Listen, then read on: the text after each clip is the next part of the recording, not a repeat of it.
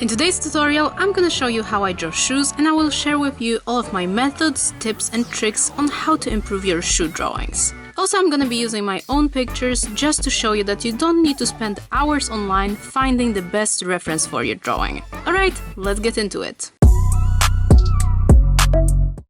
Okay, so we're gonna start off in digital with our reference picture to map out the perspective and see all of the directions and shape of our shoes. First, I'm loosely marking the horizon point and then those lines that are coming out of that point that are going to set our perspective for this drawing. Then in relation to this perspective, I will place the basic shapes and the directions that the shoes are set in. I really hope that makes sense, but if it doesn't, then I'm sure you're gonna know what I mean by seeing the picture. Once we're done with this sort of layout of all of our directions, we can move on to sketching. Here I'm starting off very lightly because I just want to transfer all of those crucial elements, all of those proportions, those lines and all of those directions that we just set. Then I'm just creating the shape of the shoes with somewhat of block shapes. Here I'm paying more attention to where each line is going and how my perspective is doing on the drawing, rather than creating a perfect shape of the shoe at first. So once we have those two kind of blobs sketched out, we can see that they sort of look like shoes already. And if you can tell that at this point that your drawing is already kind of looking like a shoe, then it's the sign that you can move on and add more details to it.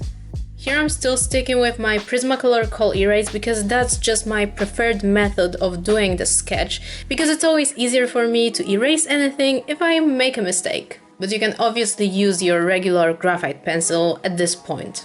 At this stage of the sketching process, I'm adding shoelaces, the stitching, the soles, and all of the elements that will make your shoes look like actual shoes.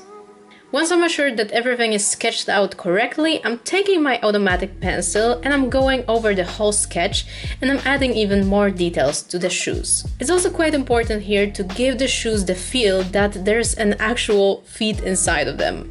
That they are just not some random shapes floating around, but they are just shoes that someone is wearing. I know it sounds a little bit funny, but believe me, it's super important.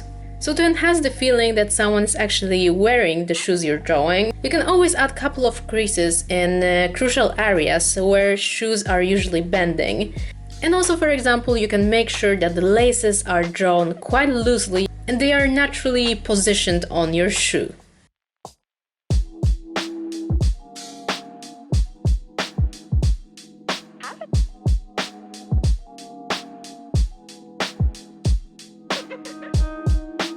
And in this sort of manner, our first shoe drawing is pretty much complete. It wasn't that hard, am I right? Next we're gonna draw the same kind of shoes, also using my reference picture, but this time we'll do a side view with one leg being a little bit lifted from the ground. Here before sketching, I'm also going to map out the directions for my drawing and check how the perspective should be drawn. In fact, you can do this step right away on the paper, like I'm usually doing, but since this is a tutorial, I really wanted to explain everything in the best possible ways for you guys, so you have an easier time to understand what exactly do I mean. So that's why I'm doing this step in digital, so you guys can see everything clearly. And now once this is done, I'm moving on to the drawing again. Here I'm starting off exactly the same like in the first sketch, mapping out the directions that my shoes will be set in. I'm kind of trying to catch the shape of the shoes right away as I'm sketching, but also I'm not paying that much attention to that aspect because this is not the most important thing at first. Obviously, the proportions and the perspective are way more important here. However, once you feel like the first outline, the first shapes of the shoes are done correctly, then you can move on and start focusing on giving your shoes some definition and refinement and some shape. I usually tend to start with outlining the whole shape of the shoe first, check if it's correct, and then I'm adding the rest of the details. When it comes to sketching out the details, here your best friend would be still this reference picture. You can clearly see where the laces should be, how the stitching is lined up, and where, for example, the sole is thicker and when it's getting a little bit thinner. Once more, reference pictures are the key.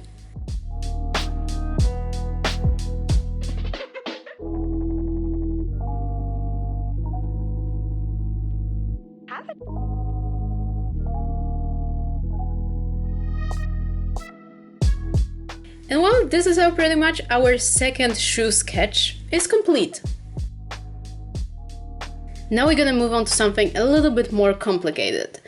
I decided to take a picture of the shoes that are tilted to the sides. This positioning of the shoes is very usual for some sitting poses, which you guys know I really like to draw quite often. So that's why I wanted to share some tips with you on how to draw shoes in this kind of position. Here again, I'm starting off with the perspective and the general layout to help me out with creating a proper sketch. And here, to switch things up a little bit, I decided to take a picture of a different kind of shoes. This time we're gonna be drawing Air Jordans 1s. In my opinion, those shoes are one of the hardest to draw just because they're quite unique construction. I've drawn quite a lot of these Jordans on my characters because I just love how they look, but at the same time I find myself very often redrawing the same sketch of those shoes a couple of times just to catch the proportions right, because like I said, this shoes is quite tricky when it comes to this. So with this shoe and pretty much any other shoe, I think one of the crucial elements is the sole. It kind of puts the whole shape of the shoe in place and it sets the direction for the rest of its features. With those Jordans, in my opinion, the most difficult thing to draw is the toe cap. It has a very subtle shape, so it's very easy to make it look too bulky, so pay attention to this element. And also, as you notice, this shoe has a lot of details and stitching, but please make sure you draw the shape correctly first before going in with any detail work.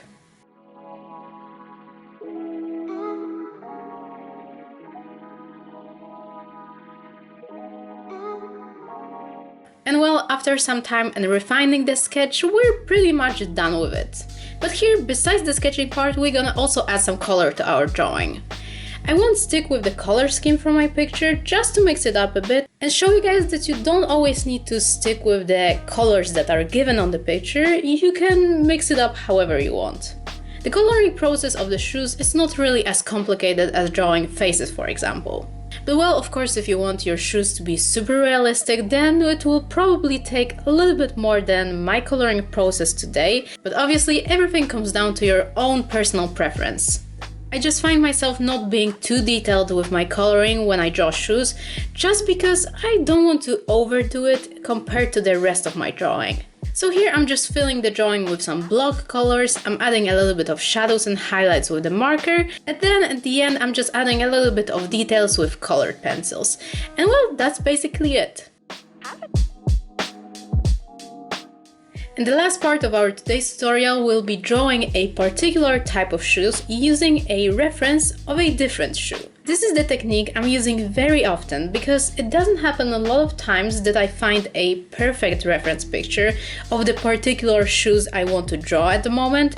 So, well, this created the need of experimenting and trying to manage with something else. So what I advise you to do, if you're drawing a certain pose and you don't have a good reference picture for your shoes, just take the same exact pose as you're drawing, put on some random pair of shoes that you have. Of course, if you're drawing sneakers, just put on some sneakers, so it will be easier, you know. And then just take a picture of yourself wearing those shoes and bam, there you have it. You're gonna have the most perfect reference picture that you can ever ask for. And then with that, you can just change up the shoe to a different model and you're gonna end up with a very good looking drawing, I hope. So now you can already see two of the references that I'm gonna be using for today's drawing.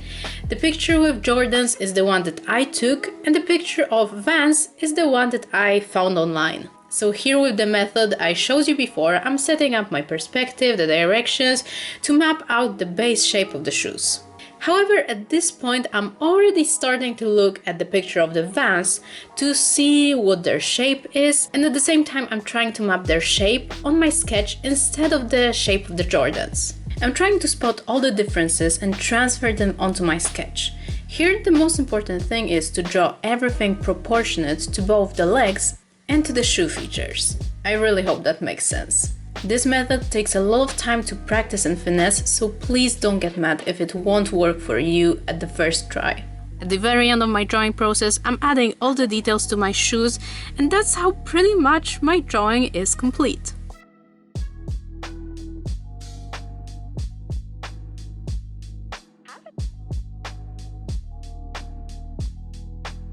And that would be all for my today's shoe tutorial. I really hope that you guys gonna find it helpful and useful for your shoe drawings.